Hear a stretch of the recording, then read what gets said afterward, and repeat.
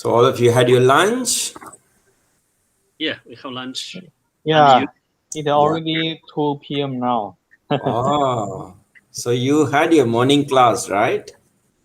Yeah, we So have a then, strategy management this oh, morning. great. Dr. Alex.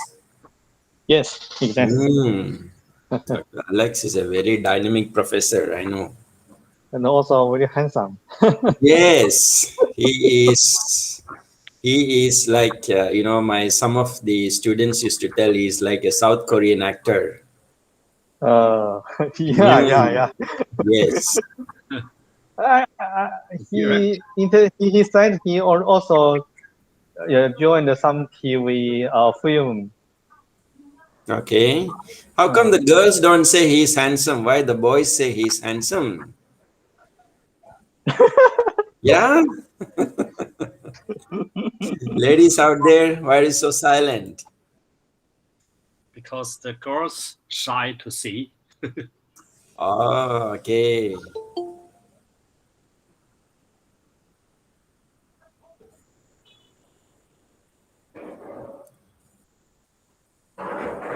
Okay, that's interesting. So everything is okay, I believe. So far, so good.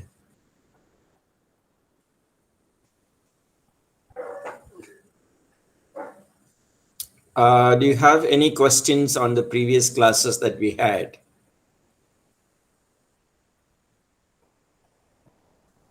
Is your assignment progressing well?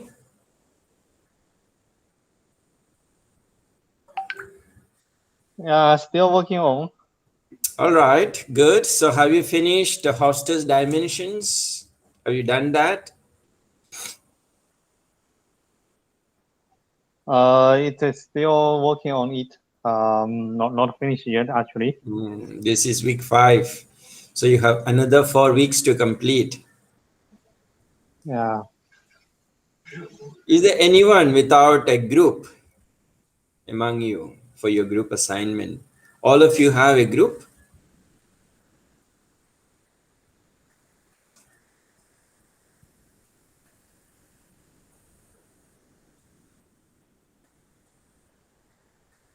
So it means all of you have a group, right? No one left out without a group?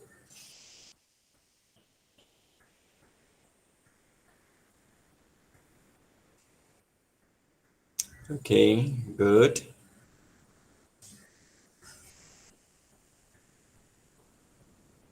Han Lijin, are you there? Han Lijin? Yeah, I'm here. How are you? I'm good. Okay. Any questions on the subject? No question. No questions, huh? So when are you coming to Malaysia?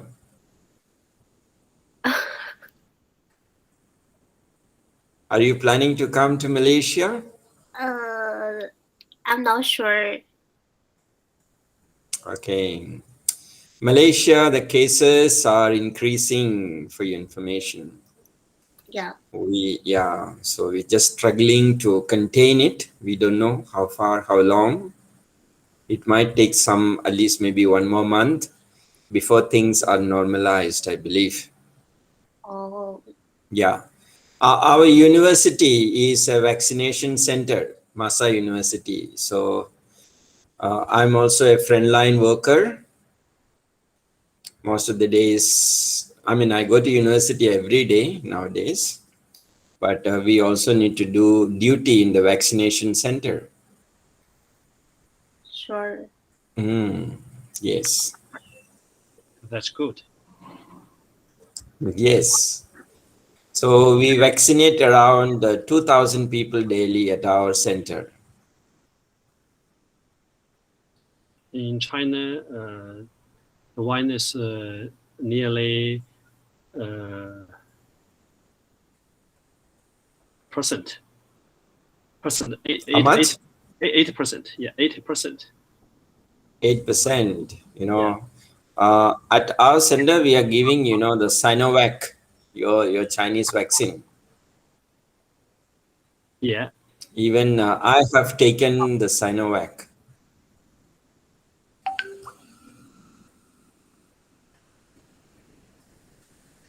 The Sinovac is good. Yes, so far it looks okay. Uh-huh.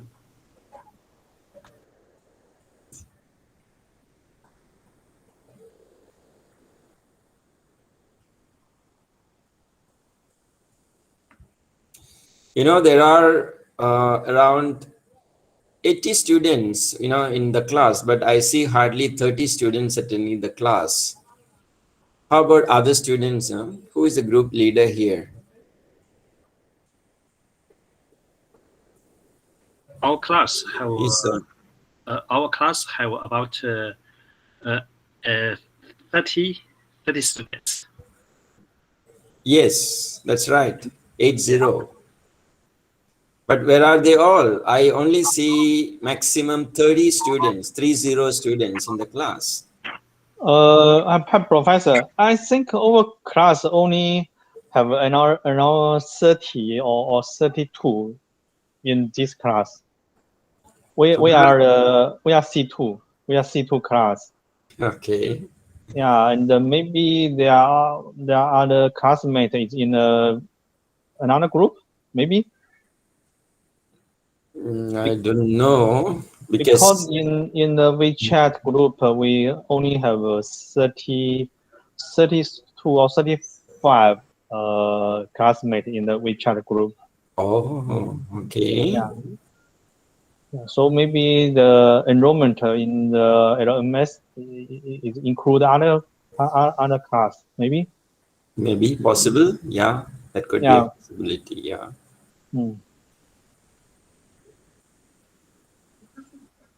Business research method professor also have mentioned this issue too.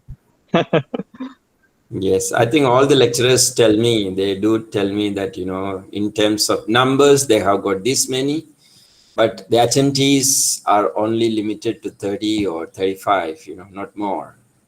Yeah. And I think the LMS system maybe not configured correctly, because for myself, I have 2 additional class, 2 additional lecture in my LMS system. So I have 2 human management and 2 strategy class in my LMS. Yeah. Okay, 2 times. Yes, 2 times. Oh, okay. Okay, do let us know, then we can remove that, okay? Yeah, okay. You can always write an email to me, or you can WhatsApp me, then we will remove it. Okay. Yeah, because it will confuse which class I will attend.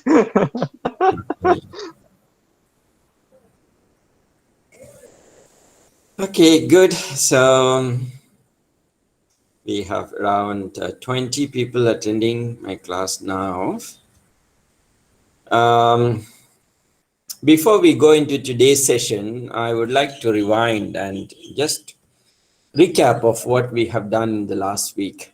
Last 2 weeks, we were dealing with culture, right? We started with a pestle analysis. And in the last class, we were focusing on Hofstede's cultural dimensions. So then we have seen a country comparison as per the assignment requirement, we have seen it. Then we also have looked at other websites like, you know, Transparency International, WTO, and so on and on. Okay. So the 6 dimensions, do you remember which are those Hofstede's 6 cultural dimensions? Anybody can recollect? Let me test your memory.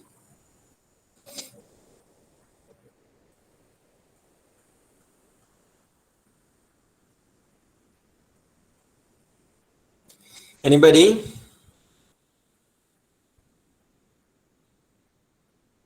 Maybe I can start with, you remember we started with individualism versus collectivism, right? Can't remember. Or you have forgotten it. So what is individualism? The tendency, right? The tendency to be alone, managing self, focus on I. And collectivism is just the opposite, where the focus is on we, group. And we said most of the Asian countries are collectivist in nature, whereas majority of the European or the Americas, they are individualistic in nature, right? So in the same way, we have looked at other areas like long-term versus short-term, masculinity versus feminine,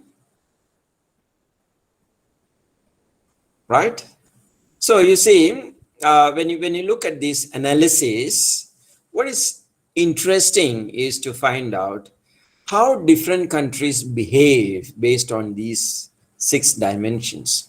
So you want to enter into a country, let's say in Africa, so then you will definitely know what are their cultural inclinations and how or what kind of strategies are required when it comes to moving into that country. This is exactly the reason why we have undertaken this cultural analysis. So with the help of Hofstede's dimensions tools, you as an international marketer is able to make better decisions when it comes to international marketing strategies.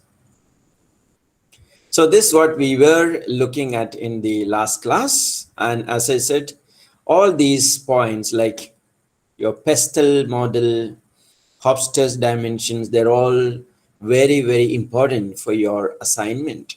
That's why we spend a lot of time trying to understand these tools, how to apply these tools, how to implement them in real life situations, right? So having said so, today we are moving to another new topic called emerging economies, or we call it as emerging markets. Very interesting aspect of study, how emerging economies play an important role when it comes to businesses, especially in international arena. What are the strategies that we need to design when it comes to emerging markets? How do we approach emerging markets? And what are the consumer behaviors that you tend to observe in emerging markets? And what are the characteristics of emerging markets? These are some of the things that we will be looking at today.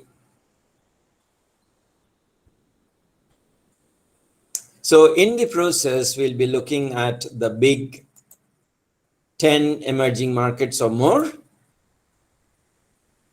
What are some of the other concepts that you need to understand in relation to emerging markets? And what is the impact of COVID-19 on emerging markets? These are some of the interesting aspects of our study today. So let's look into these and see how these emerging markets play an important role. So if you look at the learning objectives for today, we look at the political and economic changes affecting global markets. Okay, and what is the contribution of these emerging markets for the global economy? And how does political, social, economic factors affect emerging markets or regional groupings? And so on. So you can look at these links and see the Oxford Business Group, what are the top guide emerging markets 2021. Take time to go through this link, read through and try to understand. Okay, now this gives us a kind of picturization of what emerging markets was the rest of the world. Emerging markets are represented by the green color, and the rest of the world you see the purple color. So 74% of the world landmark comes under emerging markets. 81% of the world population comes under emerging markets, whereas only 37% of the global GDP is contributed by emerging markets. I mean, this is a very serious concern. This is where the developed countries have a bigger say above those emerging markets, and only 31% of the global market capitalization is with emerging markets. So this gives us a kind of picture as to where we stand in terms of landmass, in terms of population. Definitely emerging markets are leading, but when it comes to market capitalization and GDP growth, we are far behind. When we say we, all of us, whether you're from China or I'm from Malaysia, we all fall under the emerging markets. So this gives us a kind of picturization of what these big market economies look like. Some of these emerging markets are really, really big. Like, for example, number one among the emerging markets is China, Russia, Brazil, India, Turkey, Poland, Malaysia, Indonesia, Thailand, Mexico, Argentina, Hungary, and so on and on. So if you see, you find there's, most of these emerging markets, if you see, they fall under Asia, the big ones, some are with the Europe, and the remaining with Americas. And if you look at the African continent, it's nowhere in the picture. Though South Africa is definitely an emerging market, but somehow it's not, visualized here. It doesn't mean, Africans don't have emerging markets. They have. That's every reason why I asked you to choose a country from Africa for your assignment. Because African market is a hungry market. They are hungry, not just for food. Okay, I'm not referring to food here. They're hungry for technology-driven products. They're hungry for fashion products. Because when I shared with you the Worldometer, the World Population Index meter, you found that the African population is one of the youngest population. The average age is somewhere, I think, maybe in the early 20s. So that's why they are very hungry for techno-driven products, cosmetics, lifestyle products, and so on. So there's every reason why we say, yeah, those emerging markets from Africa is also equally interesting and good. And so is the case with the European market with high purchasing power, which already has a technological upper hand and access to global products. Most likely the European markets are more competitive in nature. So if you're planning to enter into one of the European market in your assignment, then it's going to be a double competition for you, because that is a well-informed market in comparison to the African market. So we'll be looking at these factors as we go ahead. So let's look at some of the global contribution in terms of growth. So United States leading by 24%. China in second position by 15%. Japan in third position by 6%. Then Germany 4%. UK 3.3%. France 3.25, India 2.27, and so on and on. And then there are other countries contributing maybe 2 or less than 2% of the global GDP.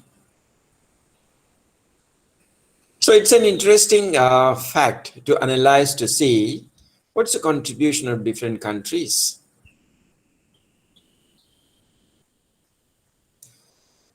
Now, when we talk about emerging markets, one of the key aspect or key characteristic of an emerging market is foreign direct investment. How attractive these emerging markets for FDIs. You know, we have FIIs, foreign institutional investors, and foreign direct investors.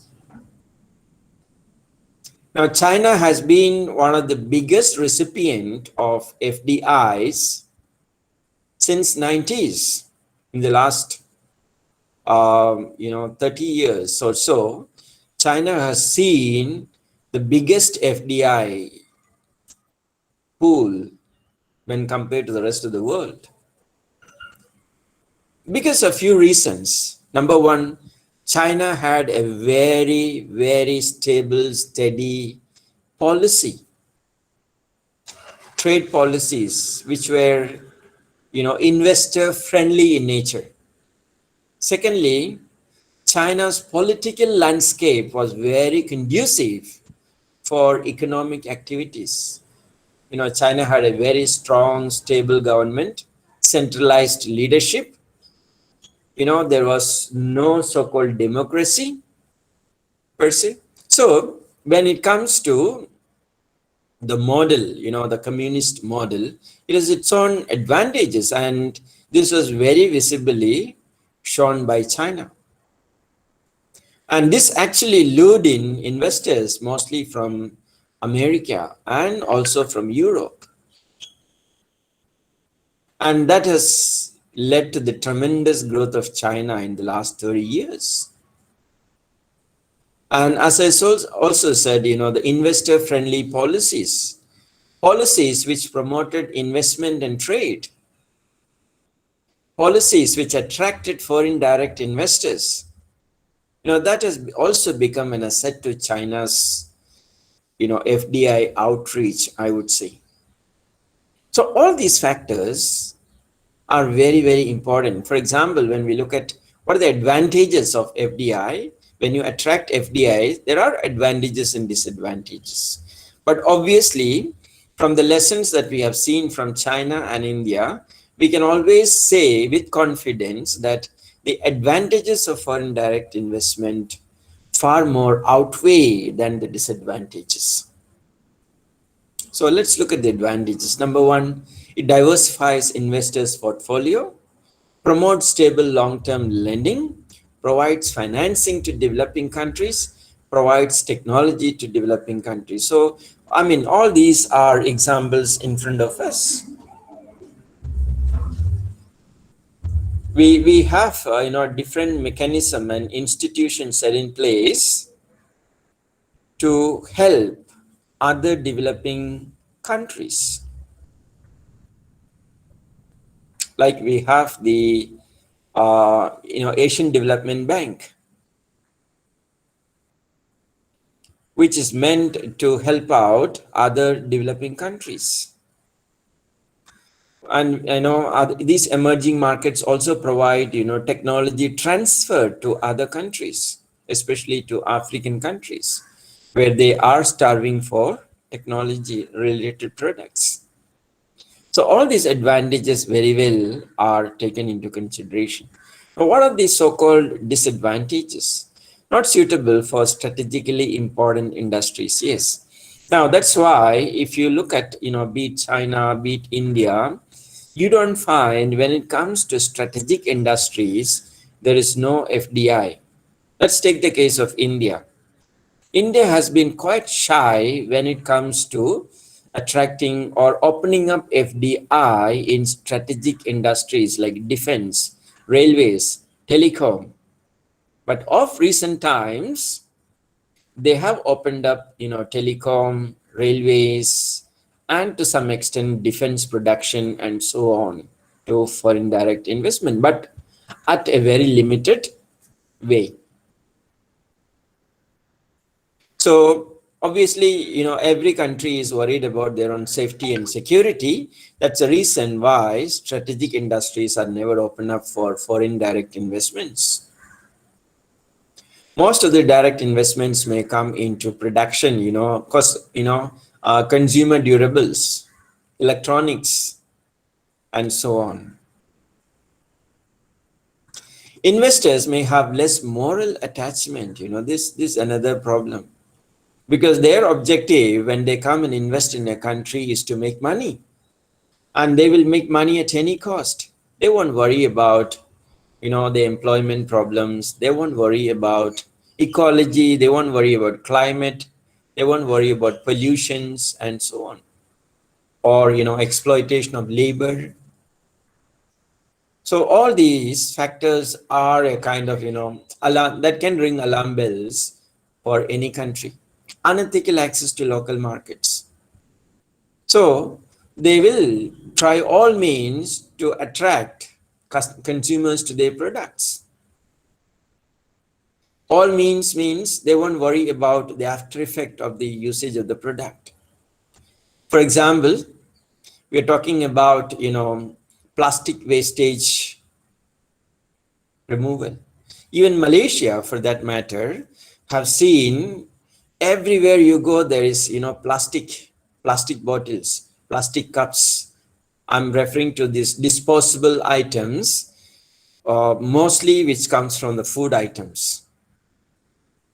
Plastic spoons, plastic fork, containers, disposable containers, plastic polythene bags.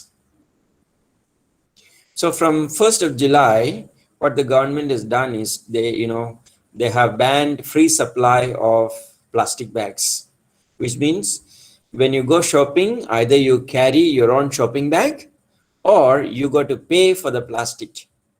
Every bag that you buy, you got to pay. I'm sure China has been doing this since a long time. Many countries are following this. They have stopped plastics because plastics, those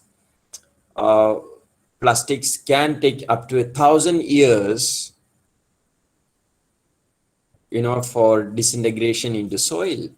And this can poison water resources. And most of these plastics end up in ocean. And we had, thousands of cases where we found dead whales, dead dolphins, mainly because they consume plastic. So when they do post-mortem of these dead whales, they find tons of plastic in their tummy. And, it has got a very negative impact on coral life in the sea.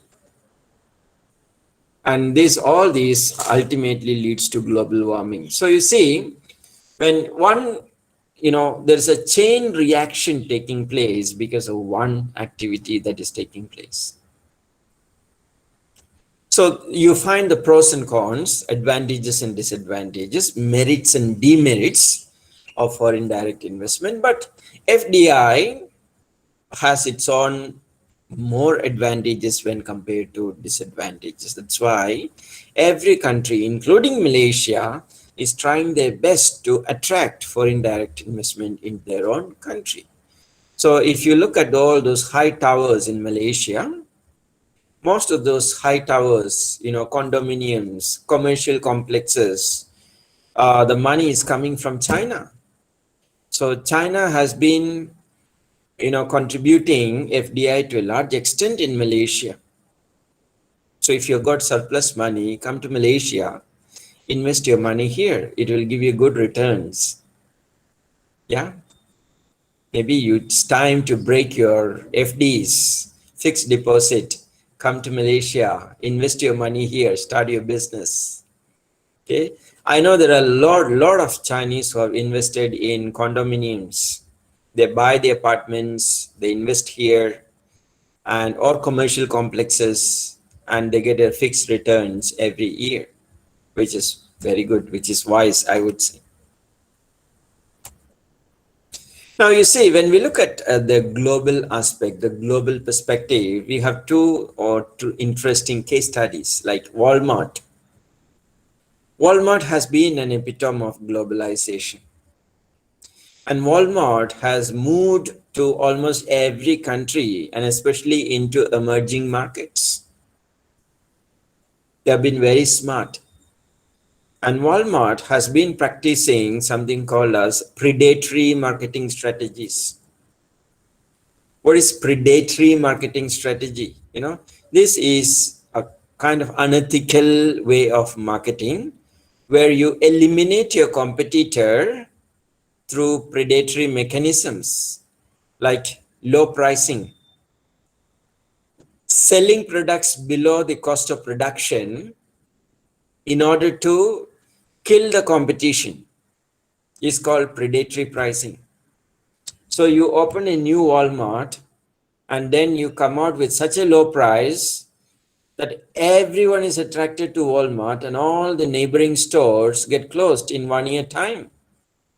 And after 1 year, let's say Walmart increases the price slowly and steadily. Very interesting, right? So the emergence of Walmart has actually also led to the globalization spree, or it has sped up or increased the speed of globalization around the world. Snake wine, which is very popular in China, right? Am I right? Do you take snake wine?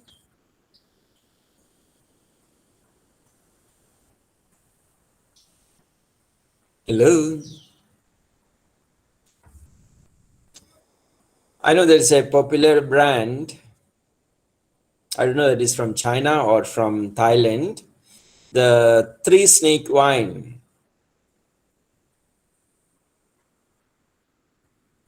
Yeah, it's a very interesting concept. Many people believe that taking snake wine, what they do is they kill this, or they put the snake in a glass jar, add maybe vinegar or wine, etc. into it, keep it there for maybe over an year. Then they start drinking that wine, and they believe that this can create longevity of life, or it can make you handsome, beautiful, it can give you sexual rejuvenation and so on. Different beliefs. So I'm sure some of you must have seen this or taken this snake wine. I can hear the hissing from the other side. Yeah, like snake. Am I right? So all these products actually are good examples of a globalized approach. One of the best examples that I would draw is Coke and Pepsi. Coke and Pepsi has since last 100 years or 100 plus years, they are in different countries.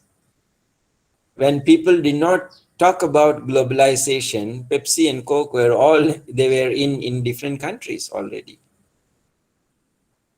right? And they were selling their products everywhere. So all these examples, be it, the three snake wine, Tide is a washing powder, or Walmart, it's a global retail chain. They all have contributed to this global perspective. Yeah, this is what I was, talking about.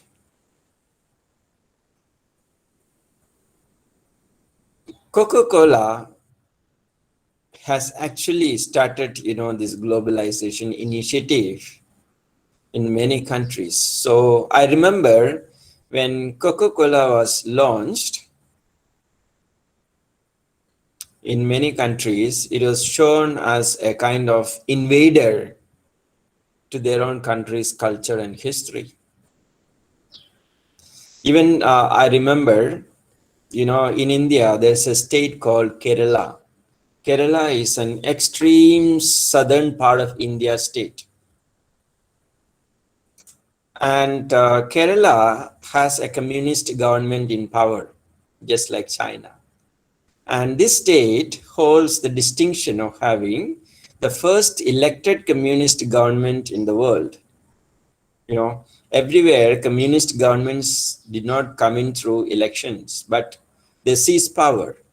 But this particular state, in 1956, they had the first elected government. So what did the government, when they came to power, what did they do?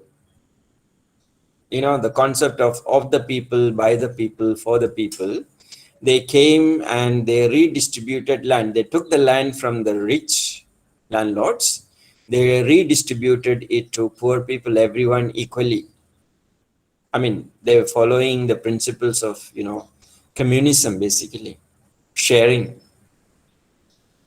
So when this product, Coca-Cola, came to that particular state, which was predominantly communist driven, there was a huge outcry against Coca-Cola. Because it was a communist government, those party workers, political workers, they started breaking Coca-Cola bottles everywhere. They started setting fire to shops. There was a huge movement against Coca-Cola, which is actually seen as a symbol of, capitalism. You understand? But Coca-Cola was also seen as a sign of prosperity.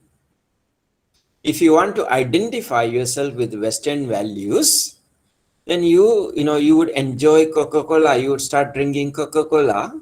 And if you're opposed to the ideals of especially the American culture and legacy, you would start breaking the bottle. That was the concept in those days. Very interesting phenomena. I'm sure China must have its own story to tell about Coca-Cola's arrival in China, which if you know, you can share with us. Okay. So introduction of Coca-Cola was an early indicator of globalization and economic development. So what are the stages of economic development globally? Let's look at those 5 stages, the traditional society, the preconditions for takeoff, the drive to maturity, the age of high mass consumption, and so on. So the traditional society is where your economy is a closed economy. You don't allow foreign companies to come in. You don't open up your economy to the rest of the world, which was the case for India. Classical example, before 1991, India was a closed economy.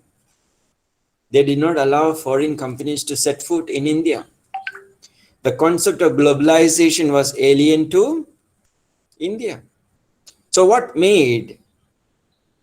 happened in India in the 90s was the foreign currency crisis, the foreign reserve crisis. So India did not have enough of foreign reserves in the 91 even to pay for 2 weeks of their imports in their country. In those days, your foreign reserve, even now, your foreign currency reserve is very important to manage import and export. So India was forced to go to IMF, International Monetary Fund, and World Bank for a loan because of the deficit. So that's the time World Bank and International Monetary Fund, they set up few conditions before India saying, hey, you want to loan from us, you got to follow this. Number 1, you liberalize your economy. Number 2, you privatize your economy. Number 3, you globalize your economy. So we call it as the LPG, liberalize, privatize, and globalize. So India was in fact forced to privatize, globalize, and liberalize. Privatize, you need to understand the concept, especially you since you're from China. Most of the bigger industries, key industries were driven by the government of India in those days. like chemicals, railways, fertilizers, insurance, telecom, cement, mining, all those industries. So they said, no, you got to privatize. You can't hold everything. Privatize means more efficiency. More players can come in. There'll be more competition. So Indian government agreed to privatize. As a result, they privatized a lot of government industries or public sector industries. Okay. Then they were asked to liberalize the economy. So when you liberalize the economy, more and more foreign companies can come in, and liberalization was followed by globalization. You globalize, that means you open the door wide to the rest of the world. Anyone who has an interest in your market may come in and do business with you. So all this happened, and then as you've seen, stage 5, the high mass consumption that takes place. But the UN classifies, countries into 3 categories, more developed countries, or the developed countries, the so-called developed countries like Japan, Germany, US, UK, and so on. Then less developed countries, or we call it as developing countries, which, the classification fell under, like Brazil, India, China, and so on. Then the least developed countries, most of the third world countries, least developed countries. But later on, it is found that there are certain countries which cannot be strictly falling under MDC or LDC or LLDCs, but they need to have a different term called, emerging markets. That's where the concept of emerging markets came. So China, India, Brazil, Russia, South Africa, all these, we call it as the BRICS nations, BRICS, BRICS. BRICS stands for, acronym stands for Brazil, Russia, India, China, and South Africa. They were the emerging markets. So, but today there are more emerging markets like, Indonesia, Malaysia, and so on. We'll be looking at those later. So if you look at the economic and social data for selected countries, you can find the consumer spending versus spending on healthcare and education. So number 1 definitely is the United States when it comes to spending on healthcare and education.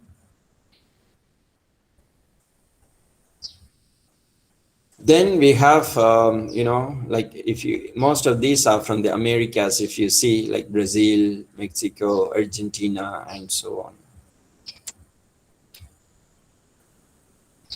Now, what is the impact of emerging economies on world markets? One of the characteristics of emerging economy we must understand is cheap labor, which actually, attracted millions of businesses from across the world to China. The cheap labor was one of the key attractive factor, but today it is no more. China is rapidly growing as a very expensive country when it comes to getting labor. That's why a lot of businesses are moving out of China now, and they're moving to Indonesia, Thailand, Vietnam, Philippines, where cheap labor is still there. Now you see, what is the impact of Vietnamese coffee growers? Vietnam started growing coffee to compete with Brazil. And the Vietnamese coffee was comparatively cheaper to that of Brazilian coffee. Now what happened when the cheap coffee from Vietnam flooded the market? The Brazilian coffee growers had a tough time because their they couldn't lower the labor cost there. The production cost was much higher when compared to Vietnam, and Vietnam had this, advantage labor or the cost advantage over Brazil. See, one country's prosperity becomes another country's problem. This is exactly what has happened over the years. We have seen it across the world.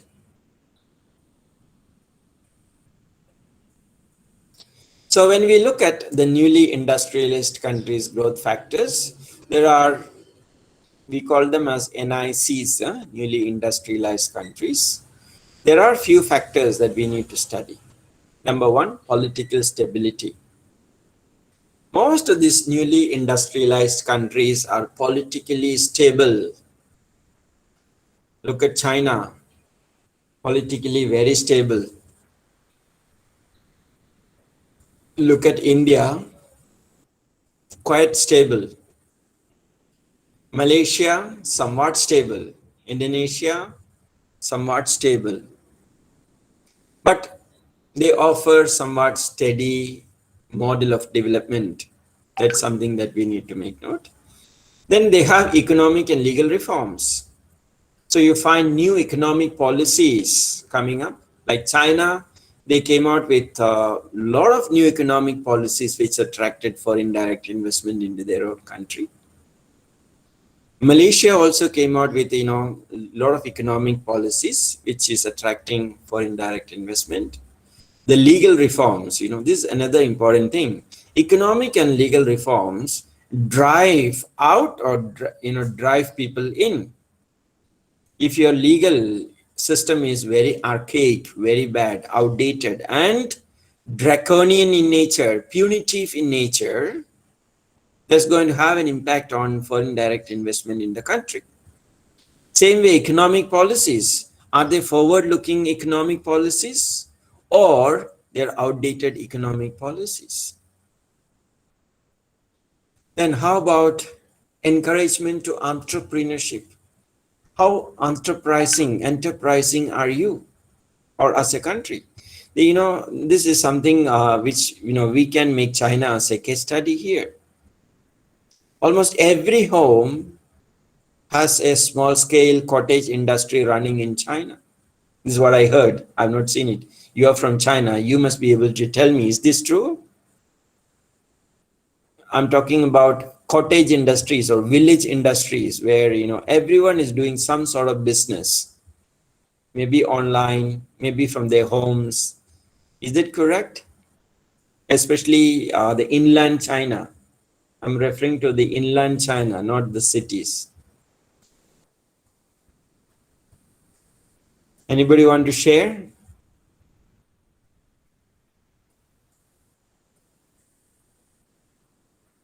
You guys, are you there? Yes, there. Listening. Okay, so do you have small scale businesses in villages in China, especially businesses which are home based businesses? I know why, because a lot of students, when they come from China, they bring me gifts from those regions. They say, this is from my uncle's business, this is from my dad's business. Sometimes they come out with the beef, the dried beef jerky. Sometimes it is the green tea. Sometimes it is handicraft, and so on and on. Something which is unique that particular region or province. That's why I know it's there. Okay. Another aspect of characteristic of NIC is planning or outward orientation. Outward orientation means your ability to attract businesses from other countries, other regions, and be inviting. Then have all the factors of production in place, like land, labor, capital, and enterprise. Then there is a targeted growth for industries and incentives for different aspects like infrastructure, transportation, housing, education, training, and so on. Then they also privatize state-owned enterprises. This is what I was talking about when I gave you the Indian example. I told you how India has privatized state-owned. State-owned means government-owned enterprises, mostly, which were, governments, when they run businesses, most of the businesses run into losses because of corruption, inefficiency, and so on. But the moment the same business is run by private businesses, they make more money because they're more efficient, they're more competitive in nature. I'm sure this is the same case in China too.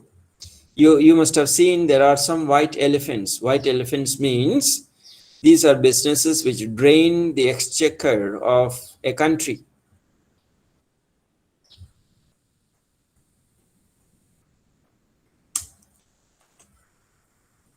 One of the other case study that we would like to look at would be the Indian pharmaceutical companies.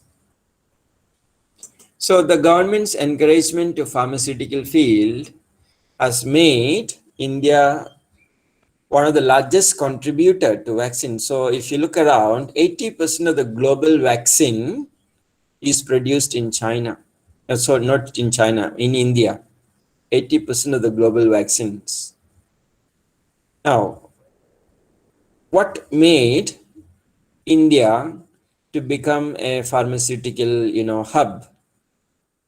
Probably this is where the government must have played a very constructive role in inviting pharmaceutical companies, and also the technically skilled trained manpower force is another important aspect. Especially we need to have research and development. We need a lot of technical manpower who are trained and so on. No. So this is another interesting case study that we have looking at.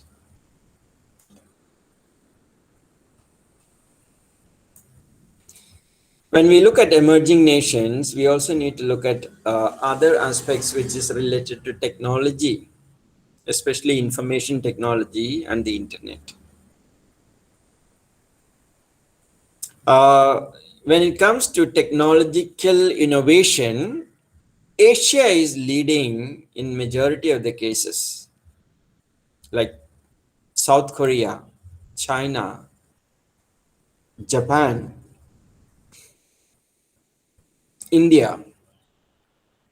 They have been actually driving information technology in Asia.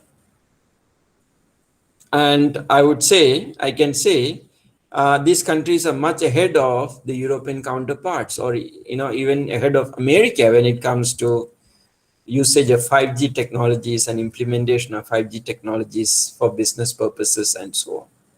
I'm sure South Korea is leading the way when it comes to 5G technology today. Then definitely China is not far behind. So obviously you understand the story, the trade war between America and China. Mainly, one of the major reasons for this trade war was the 5G technology. And now you understand why Huawei became a victim to the trade war between China and US.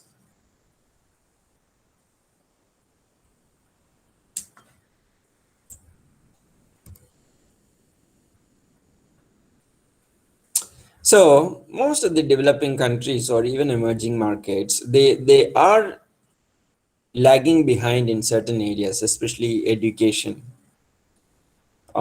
managing effectively the governance of a country. Then there are social inequalities based on gender, based on income, based on caste, creed, religion, race. There are a lot of areas that we need to really look at.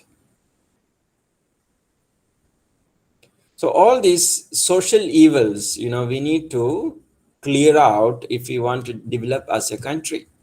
If not, we will be lagging behind if our education system is not improved. If our education system is not opened up, if you don't teach kids without biasness, then definitely there won't be a better future for the country. Right. Many people think that, you know, introducing English education in university will solve the problem of these countries. No. The root cause of the problem lies in school education. What kind of school education do we provide to our future citizens?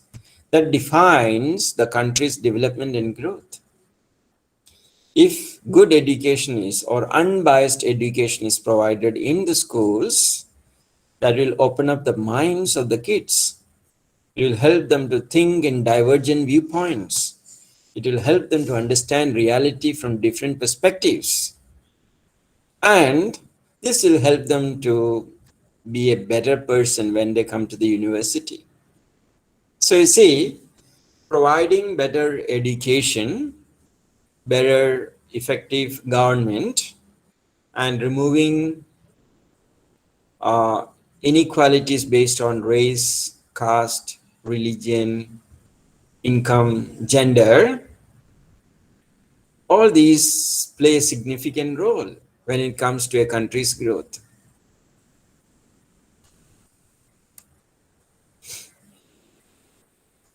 Another interesting factor that we need to look at is infrastructure development in emerging nations. This is a major hindrance to growth, major hindrance to development. Poor infrastructure. You know, even countries like Russia, China, Brazil, you know, India, we all have our own fair share of bad infrastructure. You know, when we talk about infrastructure, we're looking at certain basic connectivity through road, rail, water, three main areas, okay? Road, rail, water. Then connectivity through technology. So when we say connectivity through technology, we are referring to internet. How many people in the country can access internet, and that also good quality internet, irrespective whether they are from cities or towns or villages? Now, all these aspects refer to infrastructure. So the quality of infrastructure is directly proportionate to country's economic growth. So if China is growing exponentially, one of the reasons is they are investing billions of dollars into infrastructure development, be it road, rail, you know, waterways, or information technology infrastructure.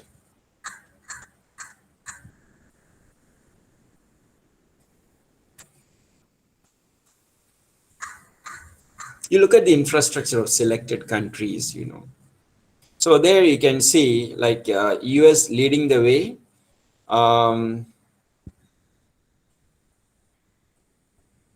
In terms of, you know, 1,000 kilometers roads for 6,000 people. For every 1,000 people, they have 759 vehicles. In terms of rail lines, you can see 141,000 kilometers rail lines. Electric power, 12,183 kilowatt per capita per individual in the city or in the country. Every 1,000 people have 543 mobile phone, which means two in you know, one person in every two has got a mobile phone. Computers, almost 650 computers for every 1,000 person. Now the same, if you look at China's rail network is every 1,000 person, 1,000 kilometers, so which is quite good. Vehicles, 12 vehicles for 1,000 people, which is bad. The railroad network is very good, but not as good as the US. Electric power, there are so many areas of improvement. You look at India, same way, a lot of areas of improvement. So this is something that we need to look at. You look at Germany, Japan, or other countries for that matter. You find their figures are much better than China and India. So China and India has got miles to go when it comes to these areas of development.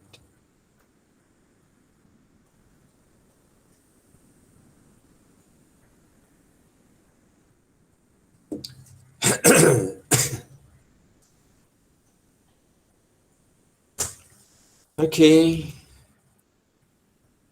So now we are going to look at 5 defining characteristics of an emerging market.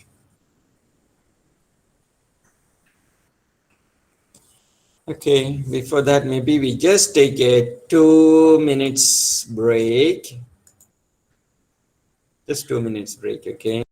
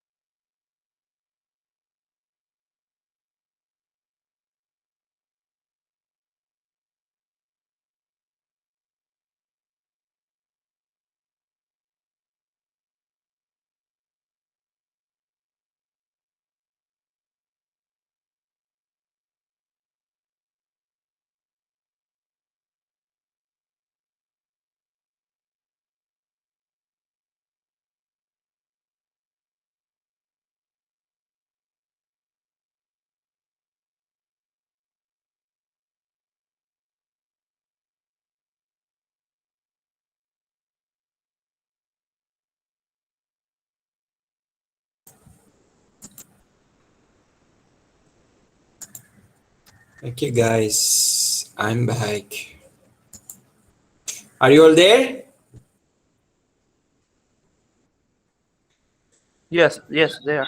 Yeah, we are Okay, here. good. So far, any Yes. questions, my dear friends? No questions so far. You Are can. you able to follow me or any issues? Yeah, follow you. You can Listening. understand me? Yeah, let understand in calm. And engineer the country like Okay, good.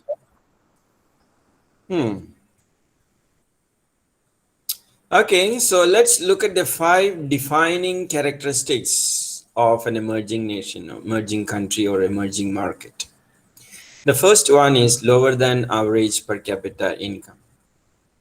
So the per capita income is very, very, very low.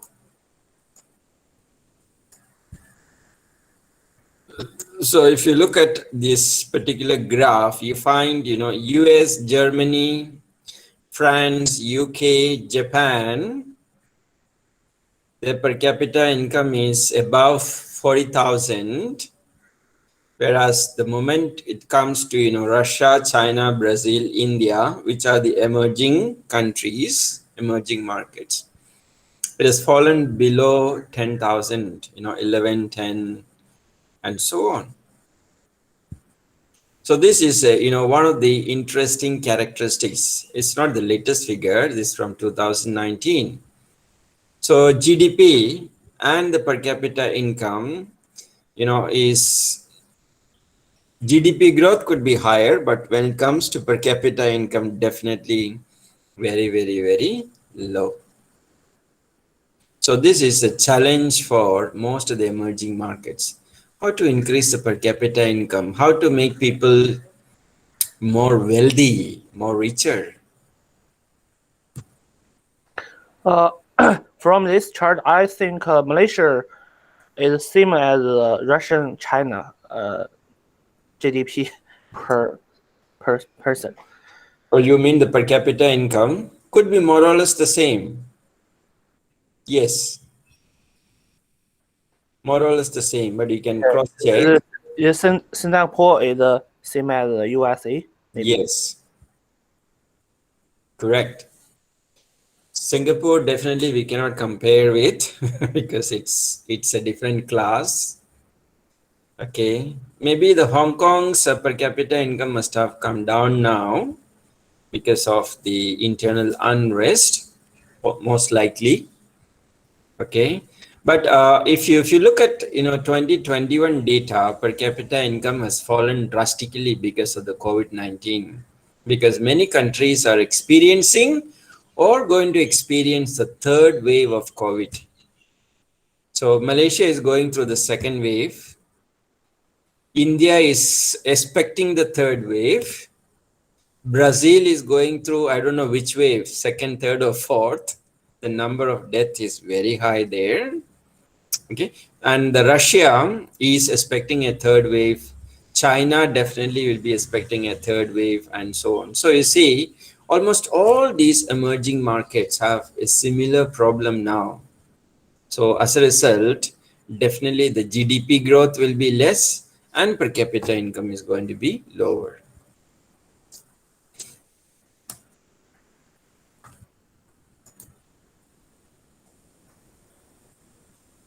So if you have to look at the economic growth, the second characteristic, if you see, is brisk economic growth. Brisk means rapid economic growth, very fast economic growth. So two countries, if you see, are growing rapidly. But obviously, in the last class, we have seen the growth rate is negative for most of the countries, except a few, right?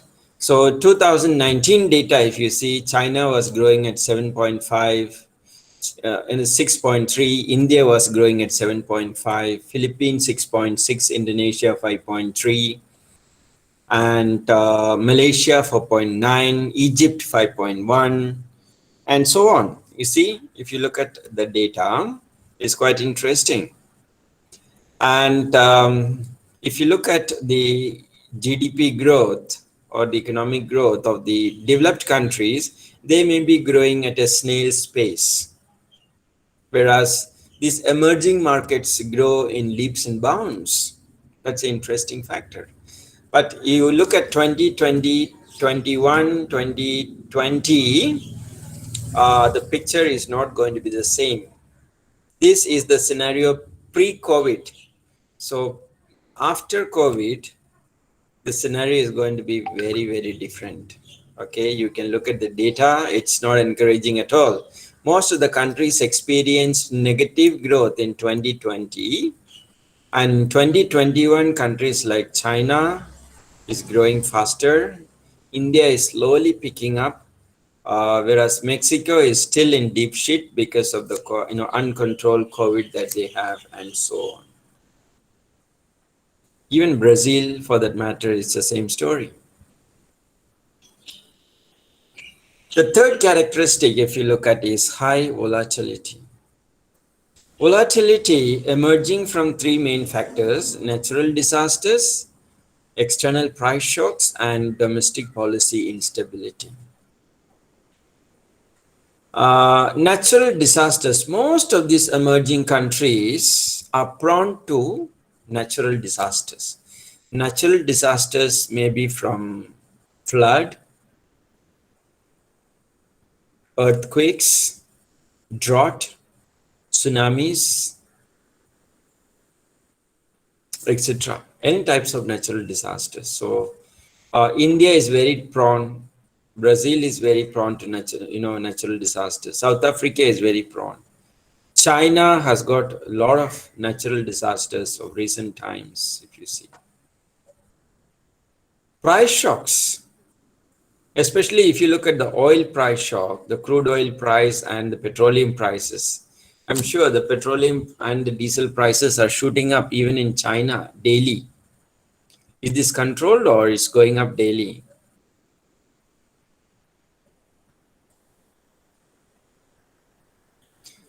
If there is no subsidy from government, definitely the prices will skyrocket. But in Malaysia, there is already a cap by the government because of the subsidies given. So the prices do not change every day. The prices are quite steady since last 2-3 weeks in Malaysia. But it is still within the control. But countries like India, the oil prices have shot up every day, and now they're paying around more than 100 rupees per liter. I'm sure in China too, the price of petrol must be quite high. Am I right? Is that true? Yeah, is that true? Okay, so you understand the situation, right? The crude oil price is not going up, but the refined oil products prices are going up rapidly. So two interesting ways to look at. One, the government has only one source of income now, that is from taxes from oil price. Then the last is the domestic policy instability. Domestic policy could be political policies or trade policies, economic policies. Like, for example, Malaysia has seen a lot of instability during these last 2 years, politically, economically, and policy-wise. We have seen a lot of instability. You know, we had changes in government, we had changes of prime ministers, and during COVID, we have seen flip-flop policies every time. Today, there is one policy, tomorrow another, and so on.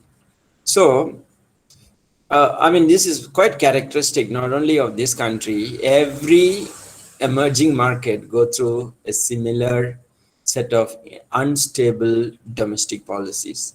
India also have seen unstable policies, especially during these COVID times. Okay, and if you look at Russia too face same problem. You look at Brazil too has the same problem. You look at South Africa, same problem. Indonesia, quite steady. You know, I wouldn't compare it with other countries at this stage. So all these, you know, in volatility in terms of disasters, price shocks, and policy instability are another characteristics. Currency swings. You take up these BRICS nations, the big five, BRICS, Brazil, India, Russia, China, South Africa, and you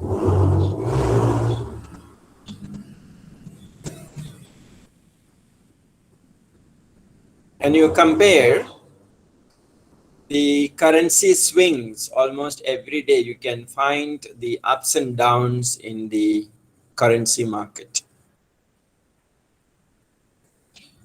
And in the last 1 year, you have seen terrible swings of currencies during COVID, be it yuan or rupee or ringgit or, you know, whichever currency from these markets, you know, there has been ups and downs almost every day. Okay, which is something quite true in all these cases. And the fifth defining characteristic is potential for growth.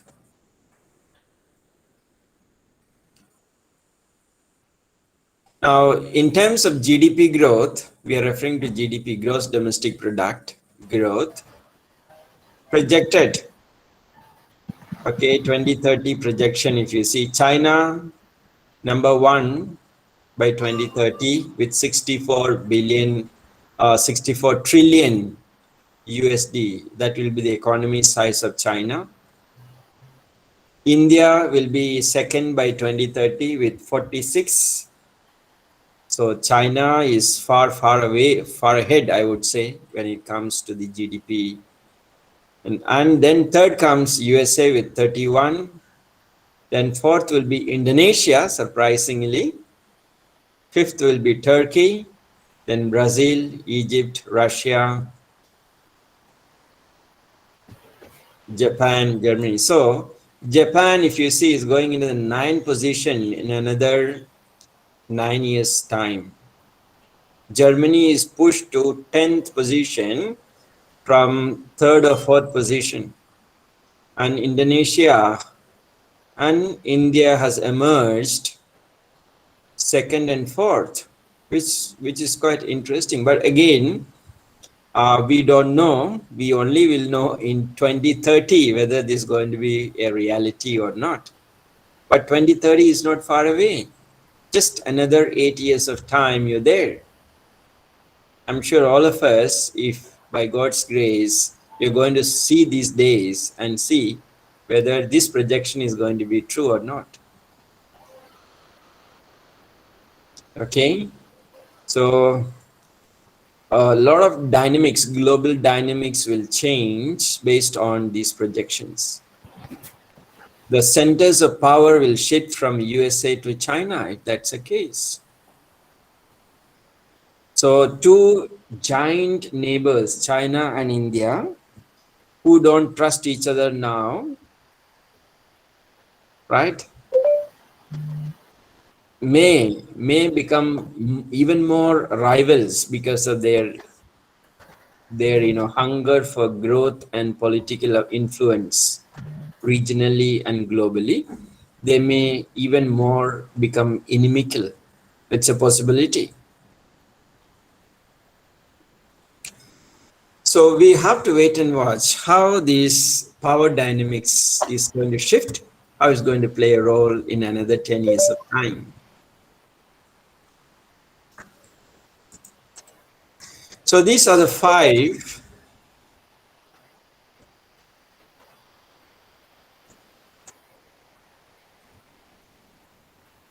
okay, so these are the 5 characteristics that we have looked at. The first characteristic is lower than average per capita income. The second characteristic is brisk economic growth. The third is high volatility. Fourth is volatile currency swings. And fifth is potential for growth. All right, friends. So do you have any questions to shoot?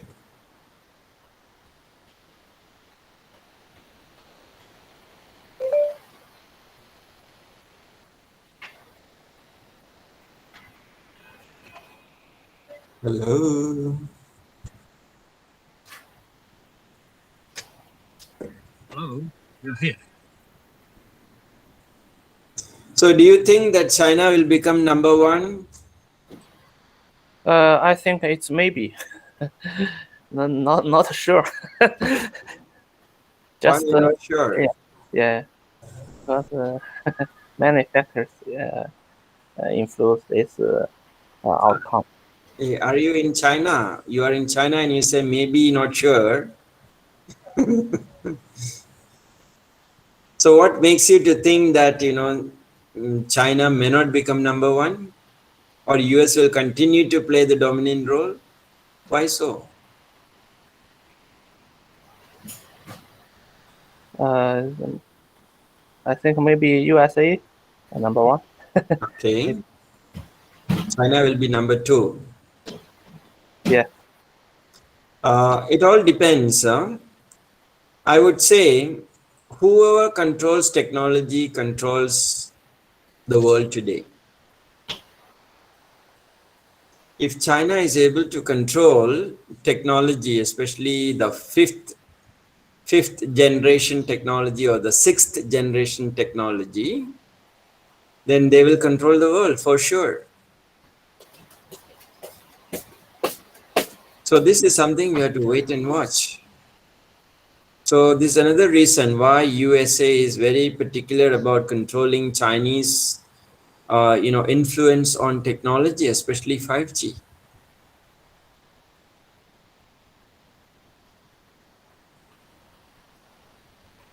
So it's a matter of time before we know it. Maybe in another 2-3 years of time, you can start observing the trend unless there is a major political realignment between the Europe and the USA. As of now, USA and Europe, they are not, though they are political allies, but still the alignment is not very strong. But if China factor can bring them together, okay, I mean, your enemy's enemy is your friend. That's how, we say, right? So if China factor can bring US and Europe together, then, that can put a full stop to China's growth. But if they continue to fight, definitely China will go ahead. China can even be ally to South Korea. Or, China can change their foreign policy towards India and be more friendly to India. They can pull out troops from, the border areas. As of now, there is again a kind of a standoff between India and China in the border regions, especially regions like Ladakh. So if they politically realign and declare that they are no more inimical or unfriendly to each other, then that can become a major blow to America. So we have to see how countries politically realign in the next 5 years of time. This will define a lot of things. Okay, and South China Sea will play a dominant role, whether we like it or not. All these small countries, like, the ASEAN countries, like Malaysia, Singapore, Brunei, Philippines, Indonesia, Thailand, all these countries, what is their take in the, the South China Sea? We need to find out. Then we also need to see what is alignment taking place between Japan, Australia, New Zealand, US, India. So there are a lot of dynamics going on. And what is the dynamics between, Russia, China, Pakistan, Afghanistan, Turkey? We need to see. So it's a very interesting and fragile situation, I would say, globally, to see how political realignment of countries taking place, and things can change every day. It's so volatile. Today I may be friendly with India, tomorrow I may be inimical to India, who knows? It all depends on the strategic alternatives and options emerging across. Like, for example, if you see, Taliban is inviting China for reconstructing Afghanistan. So Taliban say China is a friend of Taliban's in Afghanistan, and China can come and invest their money in Afghanistan to rebuild Afghanistan. You understand? That's a political realignment taking place there. If that happens, many other countries may be unhappy. Maybe India will be unhappy. Iran may be unhappy. Who knows? So, or even Russia could be unhappy. So we have to see what is happening around, when to look at all these pictures in a holistic way. And there is no single answer, my dear friends, as of today, because every day things are changing. The global economic political landscape is changing almost every day, which we will know only when we start reading news of different countries, news of different, newspapers from different countries, and so on. So keep your eyes open, stay tuned, and see what is happening around the globe, and try to link them, like if you remember Steve Jobs, he talks about, connecting dots. I don't know if you've heard of this term, connecting dots. That's his favorite term.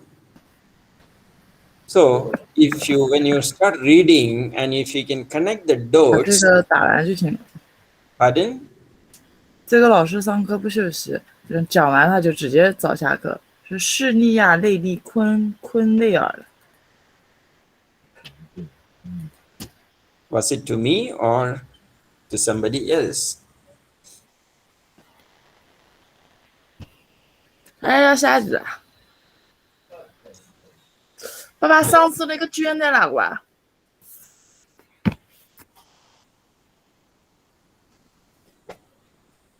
Hello? What's happening there? 上次那个卷是不是在我这儿？ Maybe her forget speak to you. mute. Maybe she forget mute. Okay. Please mute. Please mute. 房间里面全都手绘成盘。 Okay. I thought somebody was speaking to me in Chinese. Yeah. Okay. All right. So I'm meant to learn my Mandarin, okay? You know, when some of the Chinese students wanted to teach me Mandarin, and you know, I even attended one class with one of my students.